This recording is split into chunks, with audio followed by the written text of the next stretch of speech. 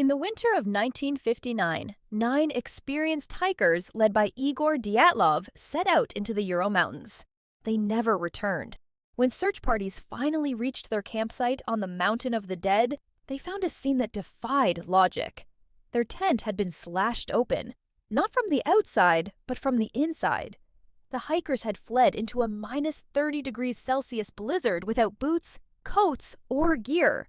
Some were found huddled under a cedar tree, their hands shredded from trying to climb it.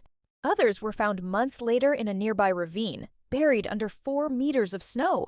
Their bodies bore impossible injuries, crushed ribs and fractured skulls, comparable to a high-speed car crash, yet with no external bruising. One was missing a tongue. Another, their eyes. For decades, the Soviet government attributed the deaths to a compelling natural force. But the anomalies suggested something far more sinister. Why were their clothes radioactive? Why did witnesses report orange orbs in the sky that night? The theories ranged from a secret Soviet weapons test to an attack by a local Mansi tribe, or even a Yeti. However, the lack of footprints other than the hikers' own suggested they were alone in their terror. They weren't running from a physical pursuer. They were running from something they couldn't see. As of March 2026, modern science has offered a chillingly plausible explanation. Computer models, similar to those used in Hollywood animation, suggest a rare slab avalanche. A heavy block of snow, loosened by the hikers digging their tent into the slope, may have slid down hours later.